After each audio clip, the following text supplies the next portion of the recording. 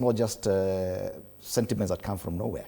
These are people who have sat down and decided, okay, fine, things have changed, this is how we are proceeding going forward. Yes, and I don't think what is happening across the country is any different from what is happening in the Mount Kenya region. For the simple reason that about 2 weeks ago, I believe, you had a situation whereby President Ruto and Gideon Moi said they are coming together to consolidate the votes in their region in order that they may be able to speak with one voice come 2027. The same case is happening with Matiang'i. The same thing is happening with the ODM. Now when you hear Oburu trying to say, let us put our house in order.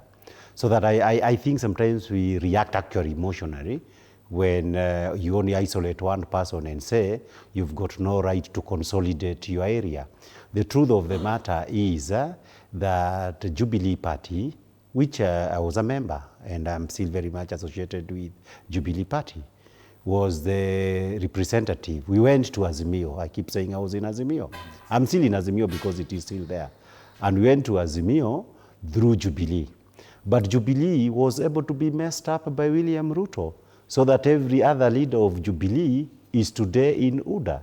So that the sentiment on the ground, people may hate to hear this, is that Jubilee by and large, unless Matiang'i is able to revive it, represents the past in the Mount Kenya region.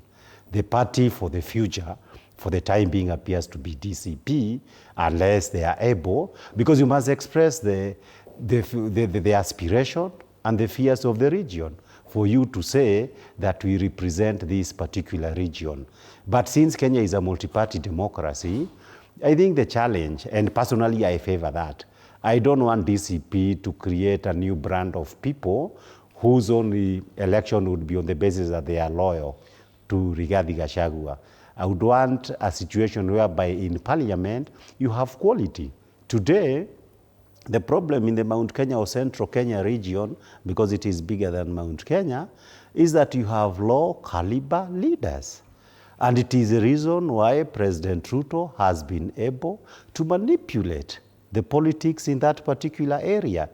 So that moving forward, if you are a party that during the day you are in the opposition and at night you eat a dinner at State House, there is definitely going to be a problem with ordinary people.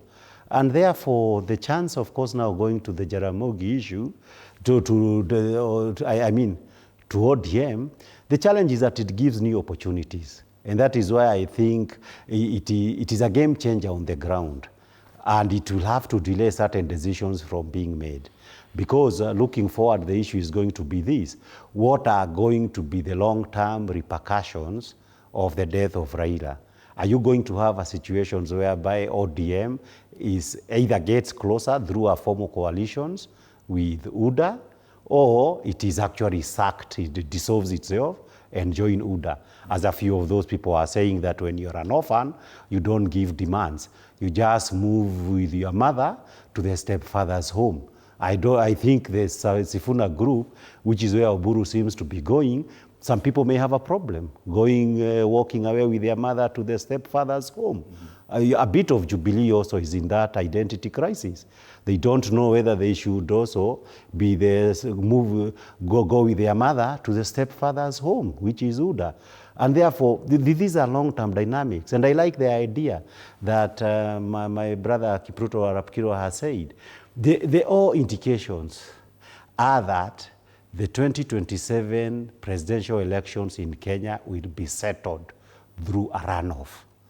If that reality presents itself, it becomes obvious. It is obvious to me in 2025, and I've had this discussion with Kipruto Arap. It will become more obvious in 2026. When that scenario becomes obvious to everybody, different decisions are going to be made. And the biggest opportunity in all this, and I hope ODM will get to understand that, in a runoff elections, President Ruto does not have to be in the runoff. You only need to understand what is the mathematics and implement it. And it's good and interesting that you've mentioned it's about mathematics and regional, based on the regions. But this was not initially the plan. The plan was that we have a more nationalistic approach. But very quickly, even we've quickly gone back to regional discussions, and everyone balkanizing their region and saying this is our bargaining chip going forward. But what happens to other regions that initially probably are not as homogeneous? Western Kenya, for example, Coast region is another one. What happens to those regions? Well, I think Western Kenya, to begin with, is likely to be unanimous in the next election. Unanimous in the